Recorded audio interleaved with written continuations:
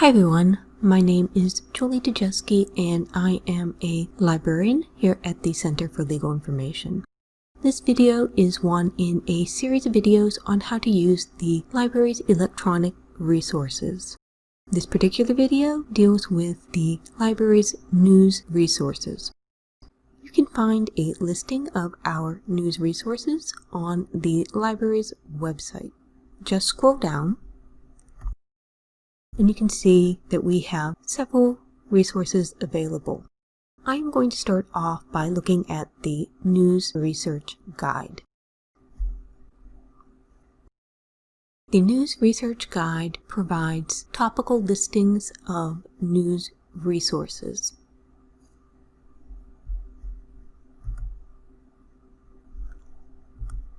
Here I have selected Banking and Finance Law. You can see that the identified resources include things that are freely available on the internet, and then also things that the library subscribes to. You have the American Bar Association Journal and New York Times, but then you also have things like Westlaw Topical Highlights. If I scroll down, you can also see that we have some blogs identified. And here we are back at the library's website. We covered the News Research Guide, which is a good resource if you are looking for information on a particular topic. Next up, we have both the New York Times and the Wall Street Journal. We are going to cover these together because they function pretty much the same way. For both of these resources, you do need to set up an individual account. The sign-up link is on the library's website. For the New York Times, just go ahead and click the sign-up link. When you do that, you will be asked for your multi-pass credentials. Then you will arrive at this screen where you can type in Duquesne School of Law as your school.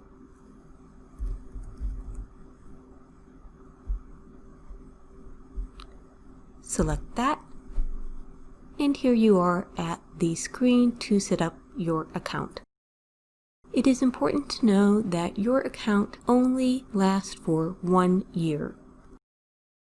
And here on the sign up screen, you can see that there is some fine print that tells you that you do not have access to the premium crossword puzzle or certain apps. But for the most part, the access that we get via this Academic Pass account is pretty similar to what you would get if you were an individual who paid for a New York Times subscription. From here, I'm going to go back to the website. That is the New York Times. Once you sign up for your individual account, you can use that to log into the New York Times website. Remember that we were considering the New York Times and Wall Street Journal together because they pretty much function the same way. Both of them require that you sign up for an individual account. Both of them require that you renew that account every year. And then both of them offer sort of perks like email newsletters. Moving on, the next item is Law 360. As of the time that I am taping this video, which is fall 2020, we do not have remote access for law students. Law students can only use Law 360 if they are in the library or law school IP range. Faculty members, on the other hand, can contact me and I may be able to set you up with a remote account. It is possible that the access for law students will change, so just keep posted on that. Law 360 is a widely read news resource. It is something that practitioners look at. I'm going to click on the link to go to the website. And here is Law 360. One of the strengths of Law 360 is that it has a wide range of subject feeds. As you can see, there are 61 different sections. And these are the sections of Law 360. Most of them are subject related, but they do have some sections that are focused in on particular geographic areas. And that includes a feed for Pennsylvania news. One feed I want to point out is Access to Justice. It functions a little differently than the other feeds. Access to Justice is freely available. So law students would have access off campus. Anybody can sign up for the Access to Justice feed. Now I'm going to look at the Pennsylvania feed. And here are the Pennsylvania news stories that are available on Law 360. I'm going to select the first item. And here you can see on the right-hand side of the screen, we have attached documents. This is one really nice feature of Law 360. A lot of times they will supply the underlying documents. If this news story was based on a brief that was filed in court, they will have a copy of the brief easily identifiable. This can be great for stories that are in the news, rather than hunting around on a docket somewhere to get the newsworthy underlying materials. You can just come to Law 360. Another tip for searching Law 360 is that a lot of these materials are available on Lexis. If you see a Law 360 story that you want access to, but you can't get to it because you are off campus, what you can do is take the headline, I usually put it in quotes, put it into Lexis, and search just the legal news section of Lexis. Many times that will bring up the Law 360 story. That is Law 360. And now I am going to return to the library website. Next up, we have the Legal Intelligencer. For those of you who do not know, the Legal Intelligencer is a Philadelphia-based legal newspaper. Even though it is from Philadelphia, it does have a lot of coverage of just general Pennsylvania law and also the Pittsburgh legal market. I'm going to click on the link for the Legal Intelligencer. Here is the sign-in screen for the Legal Intelligencer. To sign in, you can use your Lexis credentials.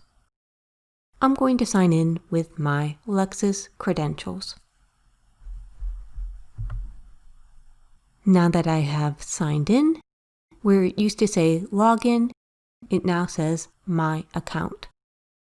Under my account, you can find access to email newsletters.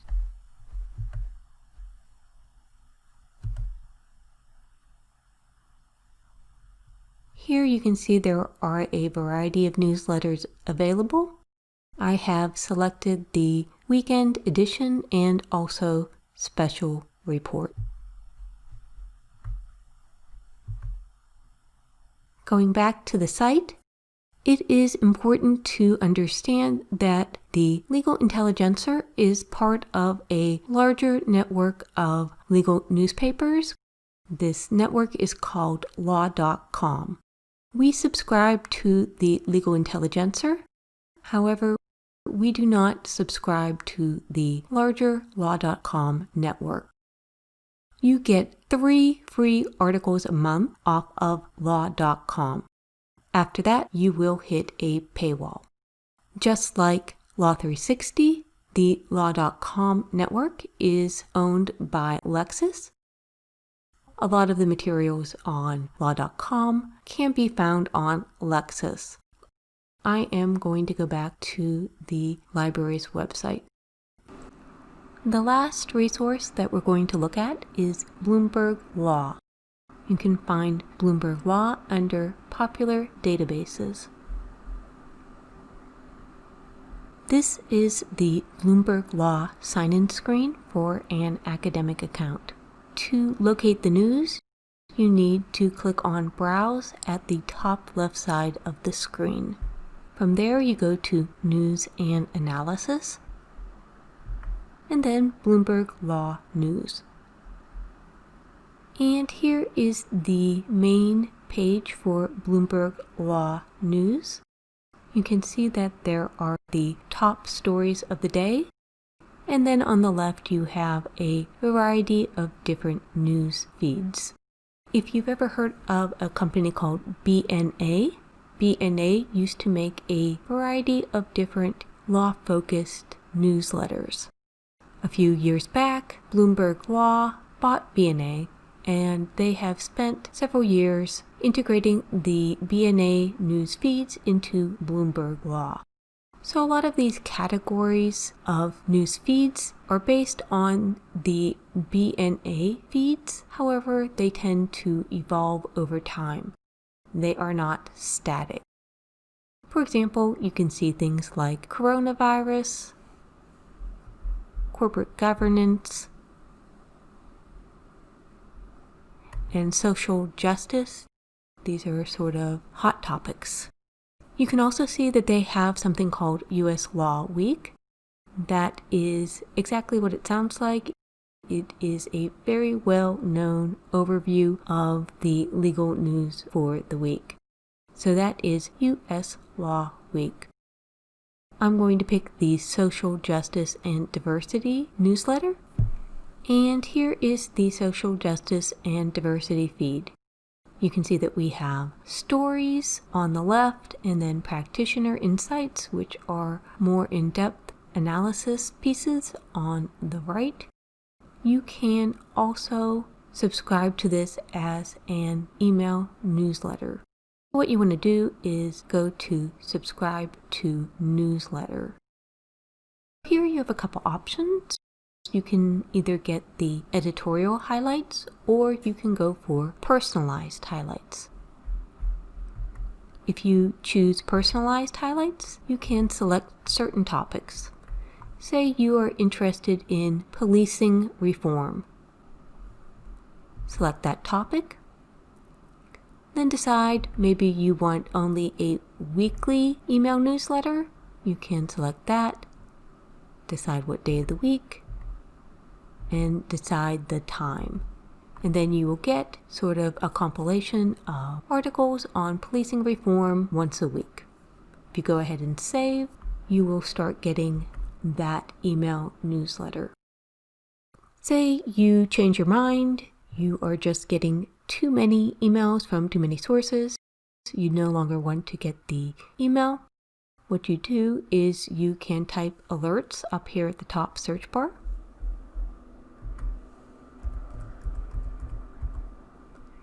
Go to Alert Management, go to Newsletter Subscriptions, and you can see that you have 2 active subscriptions.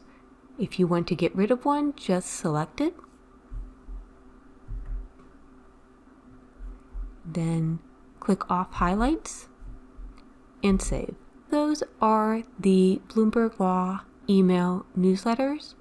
Again, they are a really great source of subject-specific content.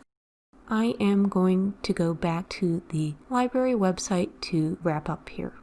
This has been a quick overview of the news resources that we offer here at the library. If you have any questions, my name is Julie. I am the Electronic Resources Librarian. You can reach me by clicking on the Ask a Librarian link on the library's website, and either I will get back to you or you should hear from one of my colleagues. Thank you.